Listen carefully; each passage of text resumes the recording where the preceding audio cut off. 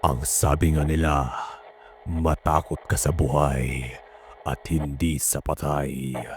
Ngunit paano kung ang inakala mong pumanaw na ay muling bumalik na parang walang nangyari?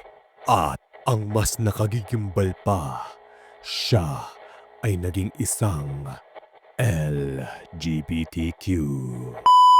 Mino, what's up? Kung hindi tayo ganito magtropa time, ano pa't naging magtropa tayo? Oy, joke lang ah. Alam ko, tapos na yung Pride Month, aka time of the year na required ang mga corporate world na gawing rainbow ang buong office or establishments nila.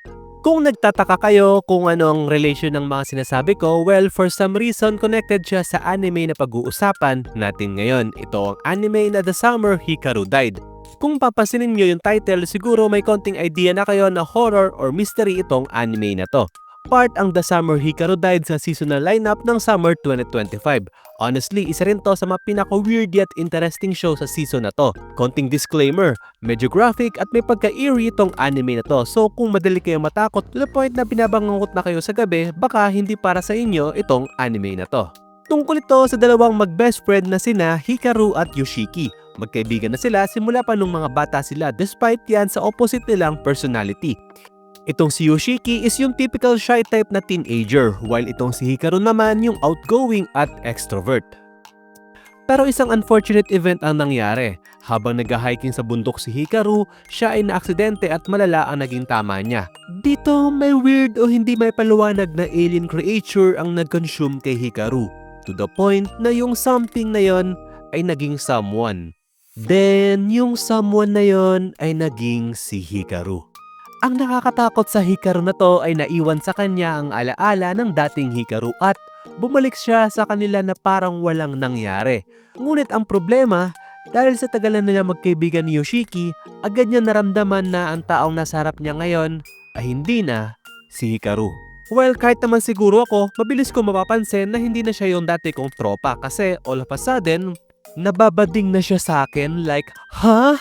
Pero seryoso, ang messed up ng plot nito kasi instead na matakot, pikit mata niya na lang tinanggap na ito na si Hikaru ngayon. Alam niyo kung bakit? Sabihin na lang natin na may feelings itong si Yoshiki sa best friend niya all this time. At masipiliin niya na makasama pa rin si Hikaru kahit alam niya na di na ito yung dati niyang kaibigan. Problema lang, nakakatakot makipagkasundo sa hindi mo alam kung ano. Para kang pumasok sa sitwasyon na walang kasiguraduhan kung may daan pa palabas. Ang perfect analogy na nakikita ko dito is pag nag-alaga ka ng ahas, dapat handa ka ring matuklaw. Kaso, hindi lang ahas yung pinili alagaan ni Yoshiki, kundi isang sawa na kaya ubusin lahat ng nasa maliit na bayan nila. Sobrang interesting ng anime na to. Even may yaoi element yung kwento. Pinatunayan lang ng The Summer Hikaru Died na may audience yung mga ganitong type ng palabas.